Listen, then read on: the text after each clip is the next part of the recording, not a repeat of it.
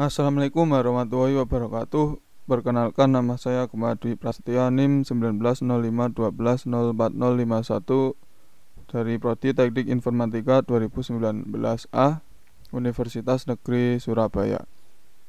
Di video ini saya akan menjelaskan tentang apa itu web server dan DNS server sekaligus praktikumnya.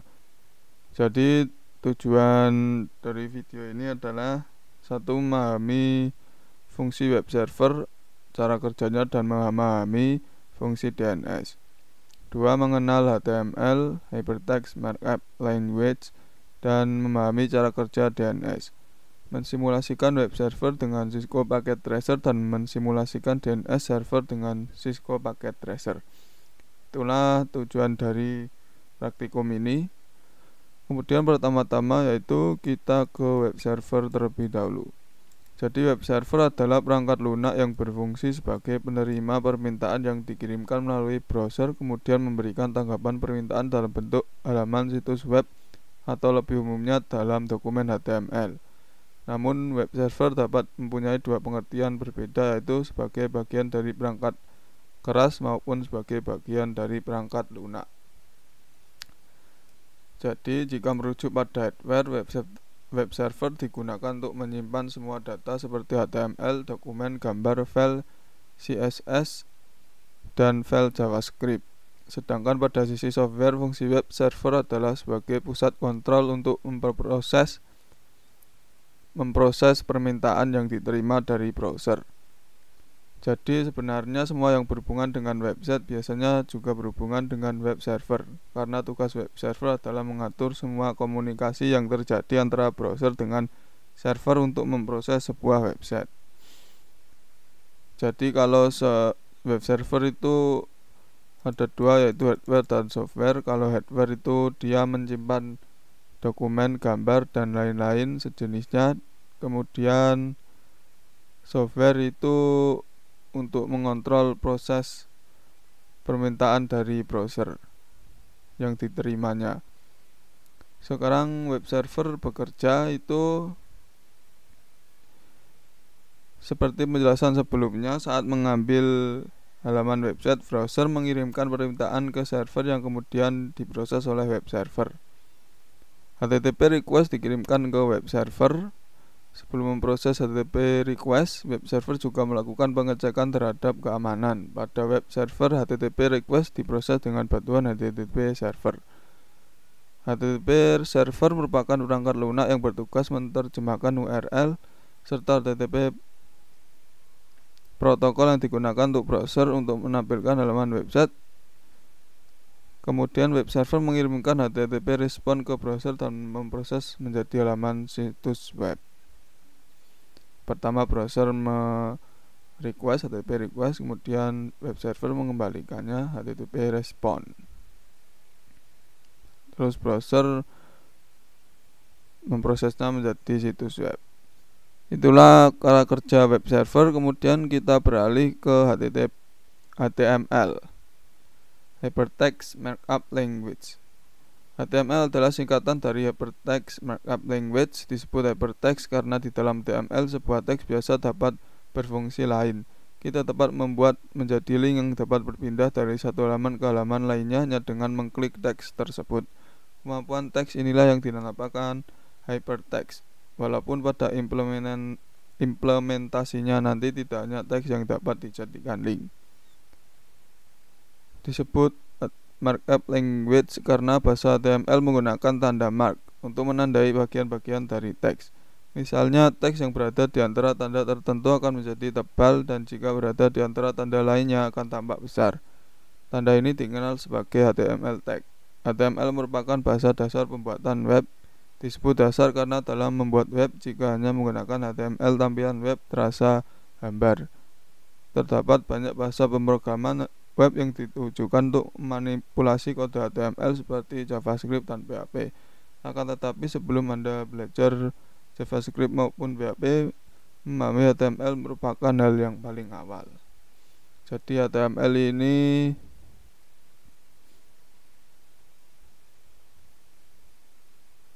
merupakan tampilan awal atau tampilan dasar dari web ya. Strukturnya. Kemudian pengertian dari HTTP dan HTTPS.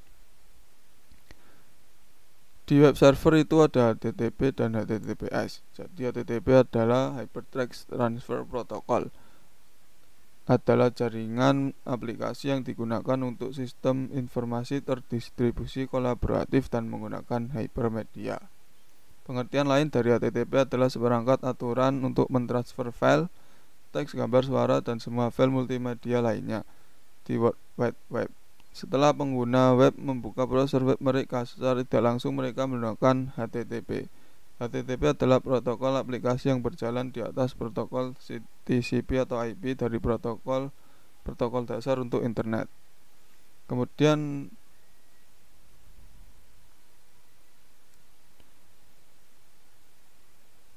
HTTPS. Hypertext Transfer Protocol Secure adalah versi aman dari HTTP yang dilapisi SSL atau TLS sebagai protokol komunikasi data di World Wide Web. Dengan protokol HTTPS memungkinkan komunikasi data antara web client dan web server terenkripsi.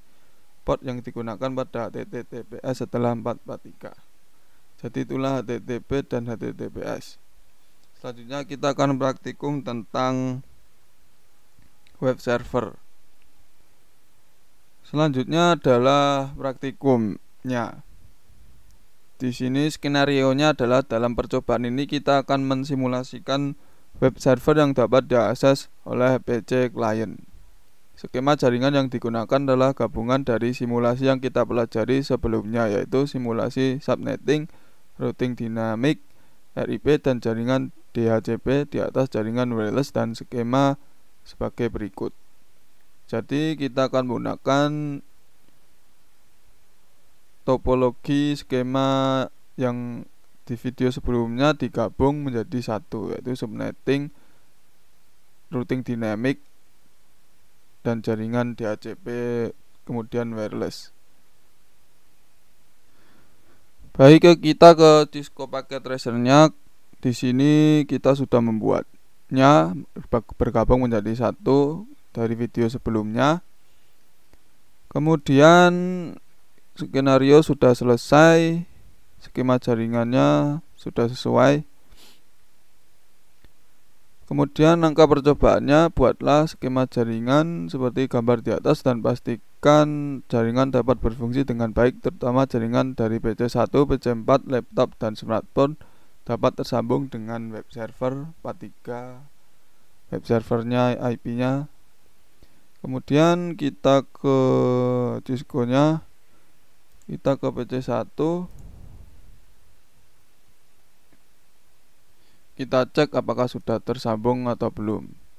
Di sini kalian jangan lupa DNS servernya isi dengan 333331. Ini berhubungan dengan DNS servernya agar bisa terhubung dengan baik. Mari kita cek ping 4343. Tuh, apakah sudah terhubung atau belum?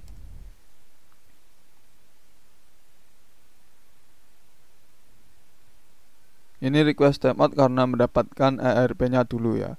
Di sini sudah terhubung, sudah bagus. Kemudian PC4,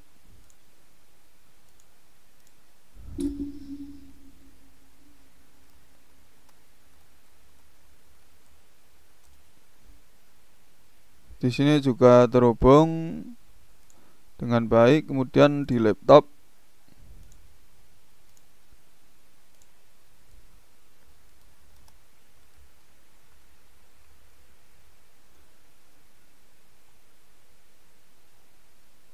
di sini juga terhubung.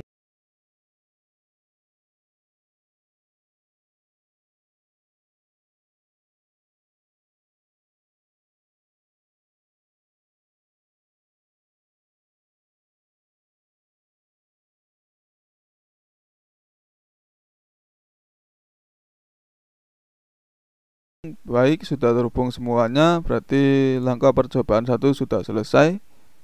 Kemudian kita nyalakan servis HTTP di komputer web server, kemudian edit file index HTML sehingga seperti berikut. Kemudian ganti isi indeksnya seperti berikut ya. Kita copy terlebih dahulu. Copy. Kita ke web server. Di sini service, kita ke HTTP, kemudian on kan, ini sebelumnya off, kemudian on kan. Di sini kita edit indeks HTML-nya, kemudian paste di sini, kemudian save. Yes. Baik, sudah langkah percobaan kedua dan ketiganya. Kemudian kita ke langkah percobaan keempat. Pada PC1 dan laptop, buka aplikasi web server dari tab desktop, lalu jalankan URL 43431. Jika berhasil akan tampil seperti berikut. Dari PC1 ya. PC1 kita ke web browser. Kemudian kita ketik alamat IP-nya 43.43.1 web servernya. Kemudian go. Sudah berhasil, berarti ini sudah baik meresolve dari web servernya. Sudah tampilan HTML-nya tadi ya. Jadi ini bisa diklik, ini jadi image. Kemudian balik lagi, Cisco lagi, small patch, hello world. Sudah PC1, kemudian kita ke PC4. Kita cek semua PC1, PC4 dan laptopnya 43.43.43.1. Sudah jalan di PC4-nya, kemudian di laptop. Kemudian 43.43.43.1.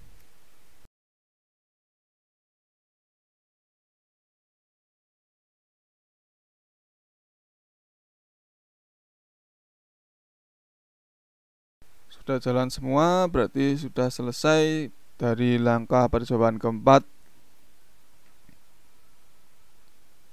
Dan itulah praktikum dari DNS server.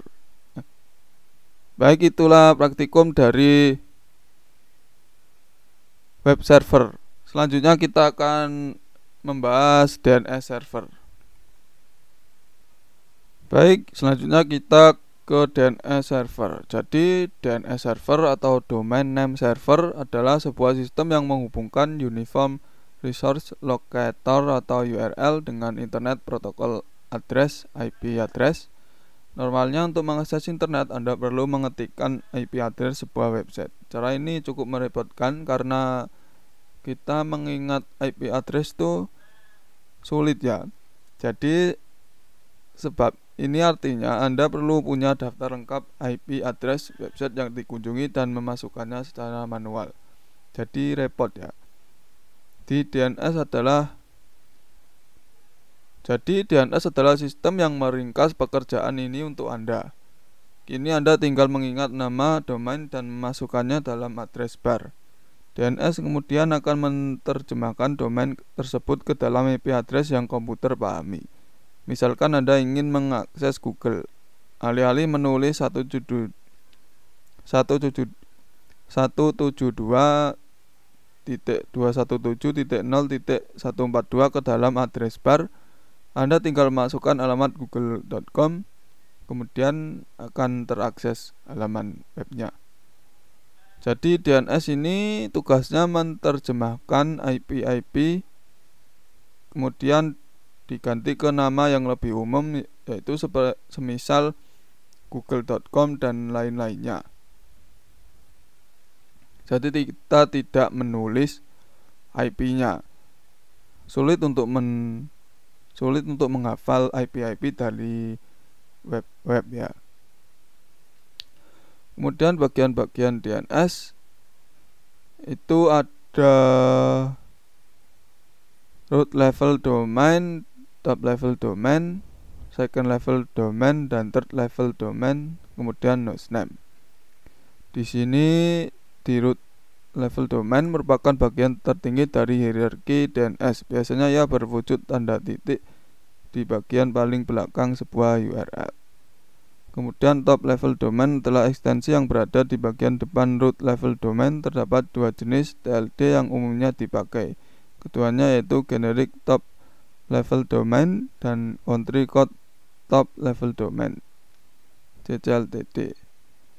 GLTD biasanya menjelaskan sifat institusi dari pemilik web, katakanlah website untuk tujuan komersial, biasanya memiliki ekstensi .com, lalu .edu untuk institusi pendidikan, dan .gov untuk lembaga pemerintahan. Di sisi lain, CCLTD merupakan ekstensi yang menjelaskan asal negara dari pemilik situs, misalnya akhiran.id untuk website Indonesia, AU untuk Australia, dan .uk untuk Inggris, dan sebagainya. Jadi ini strukturnya, ini root level domain ya, kemudian strukturnya ini struktur dari top level domain, struktur root dan top level domain. Di sini .com, .org, .net, UK, dan lain-lain. Jadi .org ini termasuk GLTD dan .edu, kemudian government semacam itu termasuk GLTD. Kemudian untuk .id atau berakhiran ekstensinya .id atau .au, .uk itu berasal dari luar negeri. Untuk ekstensi .id, .au, dan .uk itu termasuk CCLTD. Jadi wikipedia.org/n itu berarti versi Inggrisnya. Jadi n.wikipedia.org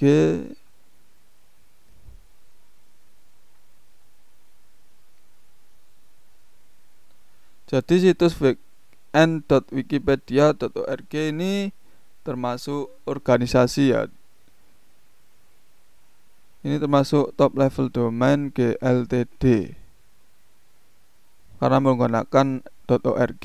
Kalau dia menggunakan wikipedia.id berarti termasuk pemerintahan Indonesia situsnya,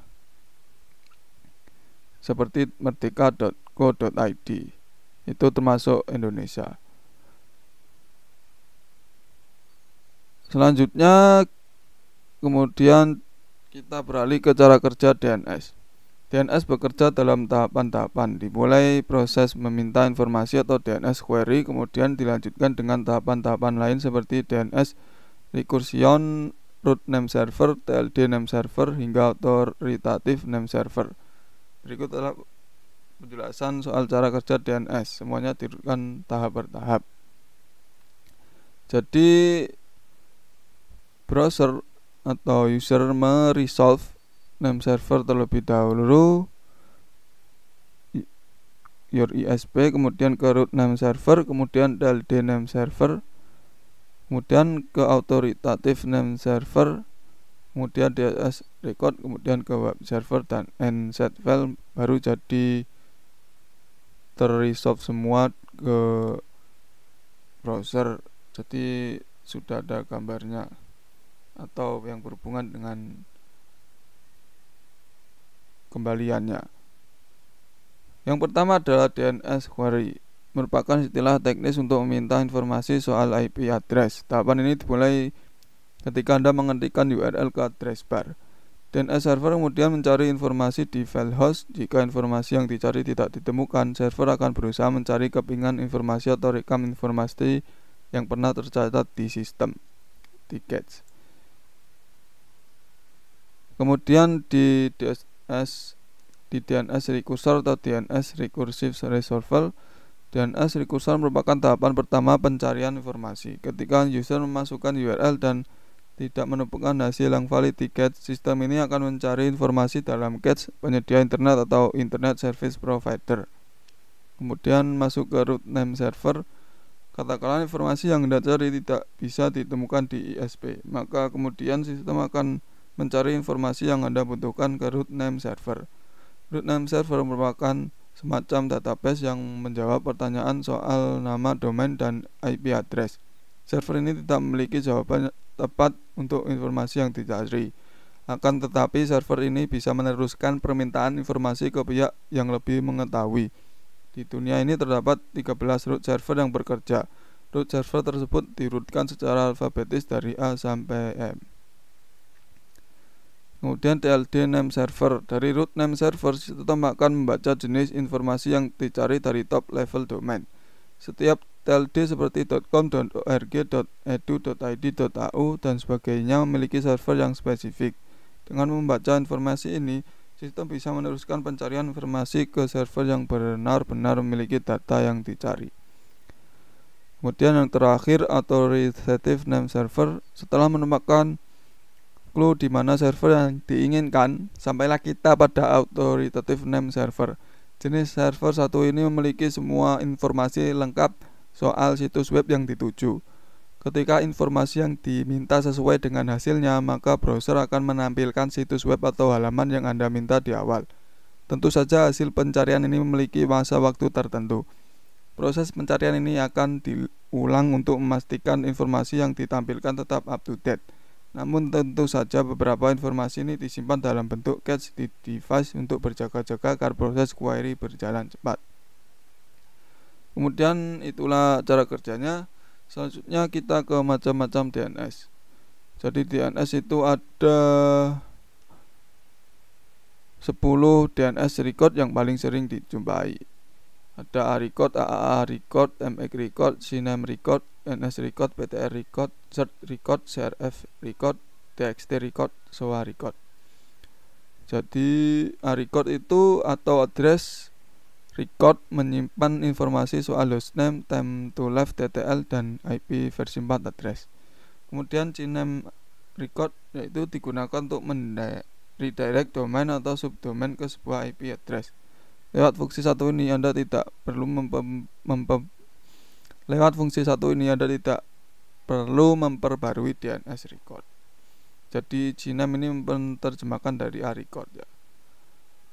Kemudian kita langsung saja ke praktikumnya. Baik, kita ke praktikumnya dengan skenario sebagai berikut. Dalam percobaan ini kita akan mensimulasikan file server dan web server yang digabung dengan DNS server. Untuk skemanya sama seperti tadi ya, dari web server.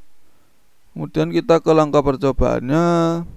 Buatlah skema jaringan seperti gambar di atas dan pastikan jaringan dapat berfungsi dengan baik, terutama jaringan dari PC1, PC4, laptop, dan smartphone dapat tersambung dengan DNS server.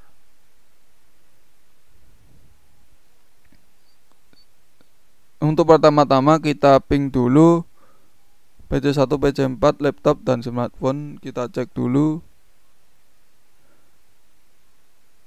sudah tersambung dengan DNS-nya dan di web servernya. Di PC1 kita ping DNS servernya. Tadi kita sudah ping web servernya dan berjalan lancar. Oh maaf, bukan di sini. Di command prompt ping 33.3.1. Di PC1 ini sudah tersambung ya, request timeout karena ARP-nya belum diketahui. Kemudian PC4, kemudian ping 33.33.1. Ini juga sudah terkoneksi. Kemudian laptop di command prompt, kemudian ping 33.33.33.1. Ini juga sudah bagus. Kemudian smartphone di command promptnya ping, kita belum ping ke web servernya ya, kita ping coba sudah tersambung atau belum. Kita cek di web server sudah tersambung, kemudian di DNS servernya juga sudah tersambung. Sudah tersambung semua.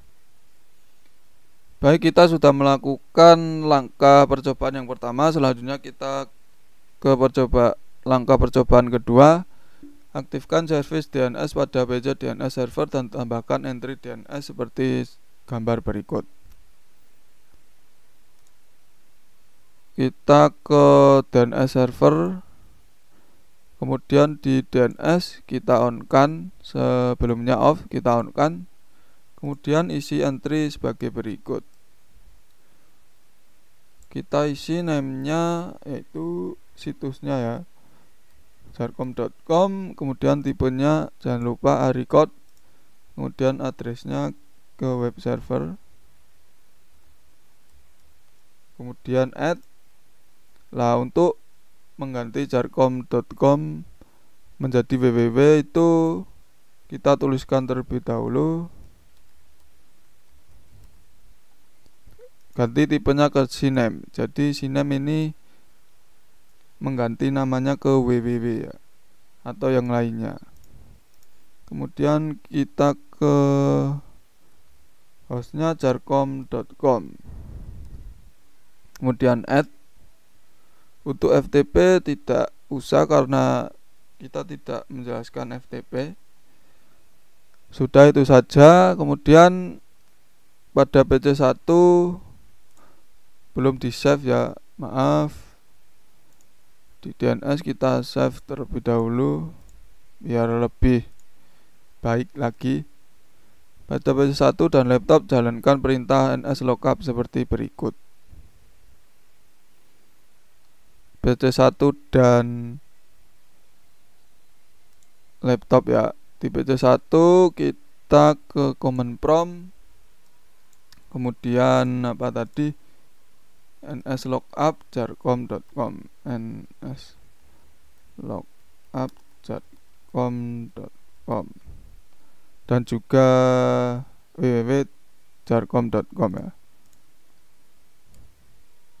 Baik, sudah tampil ini servernya dari DNS server, addressnya, IP-nya, kemudian jarcom.com sudah tersambung, kemudian nslookup www.jarcom.com ini juga sudah tersambung, aliasnya jarcom.com, hostnya atau induknya. Kemudian kita ke laptop, PC1 dan laptop ya. Kita ke laptop, ke command prompt-nya nslookup jarcom.com, nslookup www.jarcom.com. Baik, sudah tersambung semuanya. Sekarang kita ke langkah keempat. Pada PS1 dan laptop buka aplikasi web browser dari tab desktop, lalu jalankan URL jarcom.com dan www.jarcom.com. Jadi akan tampil seperti ini ya. Tampil websitenya di PC1, di web browser kita akses jarcom.com. Sudah tampil, berarti sudah tersambung dengan DNS servernya di PC1, kemudian di laptop, maaf kurang satu ya, www.jarcom.com. Kemudian go, www juga sudah tersambung. Kemudian di sini di laptop jarcom.com, kemudian go, ini juga sudah. Kemudian www.jarcom.com, kemudian go, ini juga sudah tersambung. Semuanya sudah tersambung dengan baik. Itulah praktikum Itulah praktikum dari saya dari DNS server dan juga web server ya. Mohon maaf bila ada kesalahan. Wassalamualaikum warahmatullahi wabarakatuh.